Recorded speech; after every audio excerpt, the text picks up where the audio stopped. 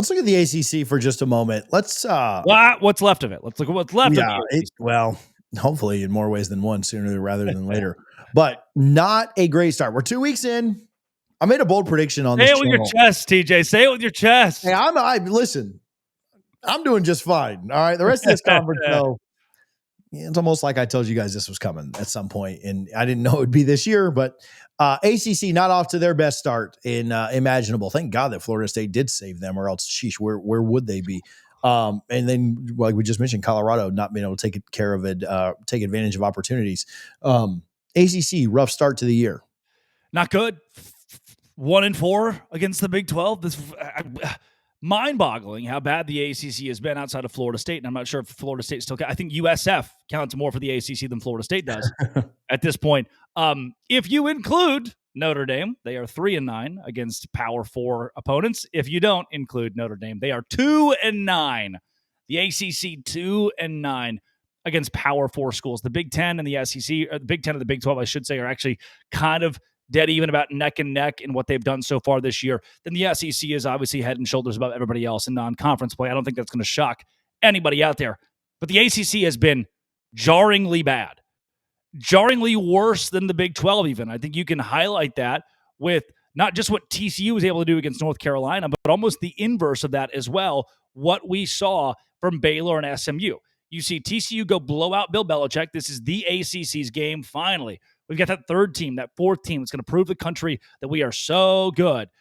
And instead, what you got was a complete embarrassment on national television. Then it was, okay, we've got a Big 12 opponent like Baylor that preseason was top 3, top 5 in that conference. We can make a statement with a college football playoff team who's top 25 playing at home. And then SMU blew out Baylor. Until they stopped blowing out Baylor. This was like the Chicago Bears and Minnesota Vikings game on Monday. We're like, wow, this game sucks, right? Until, SMU's defense is cheeks. Bad, terrible, not good. Baylor's defense, also bad, also not good. But in the end, SMU's offense wasn't as high-powered, wasn't as good as Sawyer Robertson, who's a potential Heisman candidate. And you bury the ACC, but almost in a more embarrassing and sad way than you did with TCU and North Carolina. This conference, already on its last leg. Like the Pac-12, TJ, if you look back, had Oregon at the top, Washington in the national championship, Utah winning Pac-12 championships, going to the Rose Bowl. They had teams at the top of their conference who wanted to be in that league. They did not spearhead getting out. What ultimately got them out was USC and UCLA trying to bounce and go to the Big Ten, and then it just unraveled from there with bad leadership. I'll get right back to the video, but first I want to tell you, I have gotten the alert from Apple on this Sleeper app, and I spent way too much time on it last week. The folks at Sleeper would probably disagree and say you didn't spend enough time, but Apple tells you how much time you spend on every app, and I might have to back it down just a little bit because I've been obsessed with consistently checking it for scores, taking the live more and less game that we play on the Power 2, which is live every Wednesday here on this channel at noon. You can do all that on the Sleeper app. You can read comments of fans that are flipping out when their team has a big play go against them or a big score or a big game result. Listen, if you're in the NFL, they've got eliminator leagues. They've got pick'em leagues. All of my friends have their fantasy football on the Sleeper app.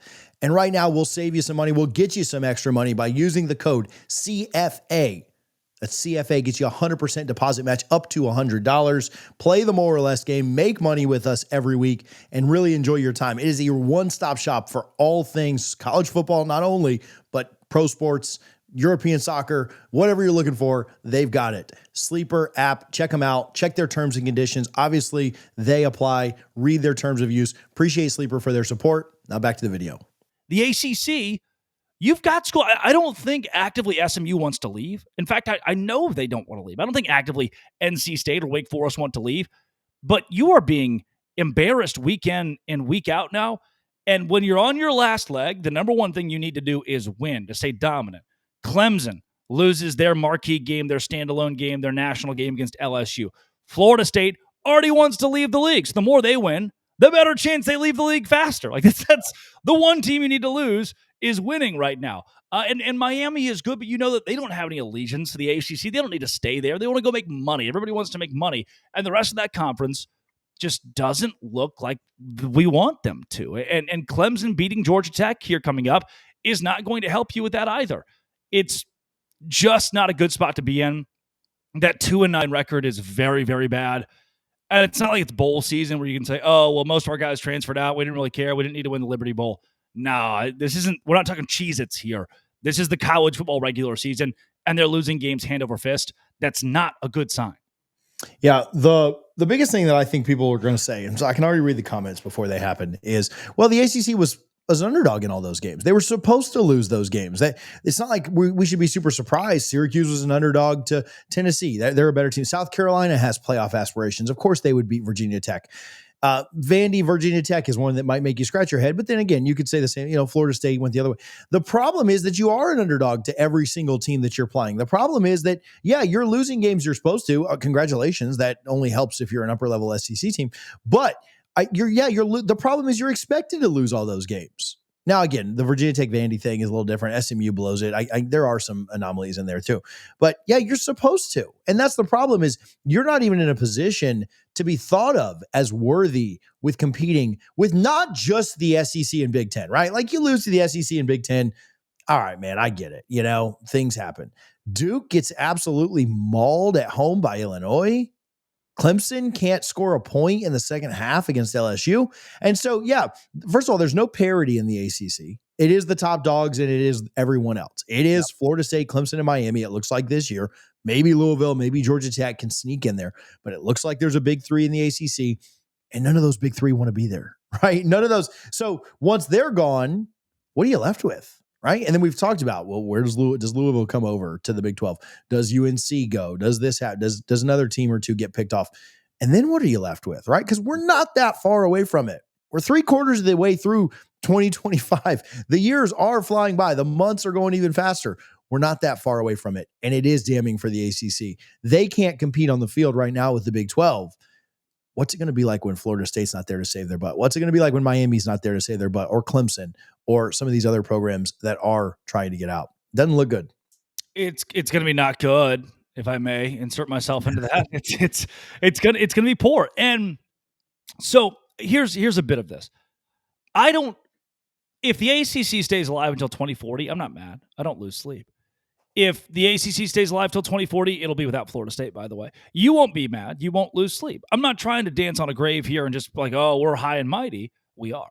But I'm not trying to make a point out of that. The point is, for me, if the Big 12 is going to stay alive, if Florida State is going to make money, like, there's a vested interest for both you and myself in staying alive, making money, and making sure that in the future of college football, our respective interests are relevant, right? You have stock in Apple being Florida State.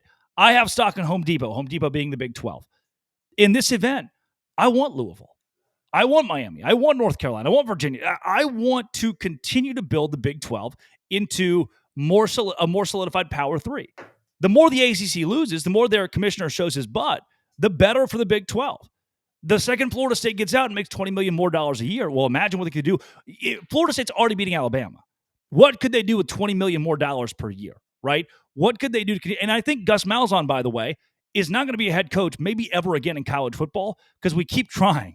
We keep doing the offensive coordinator fired, a head coach fired. We're going to be the OC for a little bit at Florida State. Maybe it works out with Mike Norvell and Gus Malzahn. If that's the case, great for Florida State. They could go compete in the SEC. They just showed they could beat one of the top dogs in that conference. I want to succeed long-term as the Big 12. You want to succeed long-term as Clemson, as Florida State, as North Carolina, as Wake Forest and NC State and Syracuse. The best way to do that might be outside the bounds of the leadership of the ACC that showed itself incompetent. This is not about making fun of and ragging on and, oh, look at that little brother. This is business.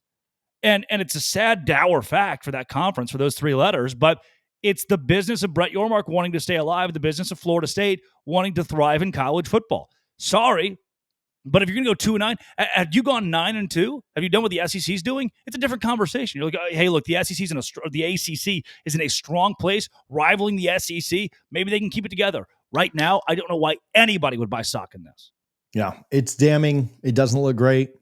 It is 2 weeks in. We'll see. Maybe we get shocked, Drake. Maybe things turn completely around. I will say it's conference schedule, coming up. So not a lot you can prove out of conference anymore, but we will see. Yeah. We'll find out as the year goes along. Drake, where can people follow you? Where can they find your work? Yeah, at Locked On Big 12 on Twitter, wherever you find your podcasts with Locked On Big 12 and on YouTube. Then at Drake C. Toll on Twitter as well. Awesome. Thanks, buddy. Always fun, TJ.